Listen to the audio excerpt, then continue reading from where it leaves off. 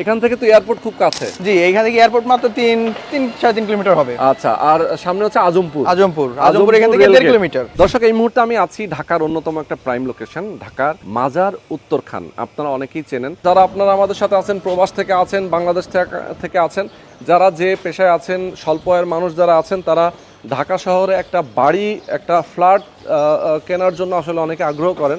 তাদের জন্য কিন্তু যা খরচ হবে সেটাই আপনি এখানে বেয়ার করবেন। এক্সট্রা আপনার কিন্তু কোনো বাড়তি খরচ আপনাকে এখানে বেয়ার করতে হবে না।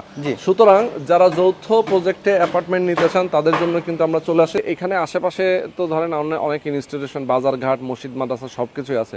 মানে নাগরিক সুযোগ সুবিধা বলতে যেটা বোঝায় যে স্কুল কলেজে বাচ্চাদেরকে পড়াশোনা করানো এবং এখান থেকে যে কোনো দিকে মুভ করা। যেমন উত্তরা এয়ারপোর্ট, অনেকে প্রবাসে আছেন, অনেকেই দেখা যায় যে এয়ারপোর্টের আশেপাশে কিন্তু বিল্ডিং নিতে চায় অথবা একটা অ্যাপার্টমেন্ট নিতে চায়, তার জন্য একটু সহজ হয়। আবার এখান থেকে ঢাকার বাইরে যাওয়ার জন্য কিন্তু সেটাও সহজ। যেমন এখান থেকে আপনি মতিঝিল যাবেন, গুলিস্তান যাবেন, অথবা যে কোনো ঢাকার একদম শেষ প্রান্তে যাবেন, যাতায়াতের ব্যবস্থা কিন্তু এখানে আছে, মেট্রো রেল, এক্সপ্রেসওয়ে সব কিছু আছে। তো সুতরাং আমি বলবো আপনাদেরকে যে আপনারা এই লোকেশনে আসবেন, এসে জমিটা দেখবেন, কাগজপত্র দেখবেন, যদি ভালো মনে হয় আপনারা অবশ্যই এখানে একটা শেয়ার বুকিং দেবেন।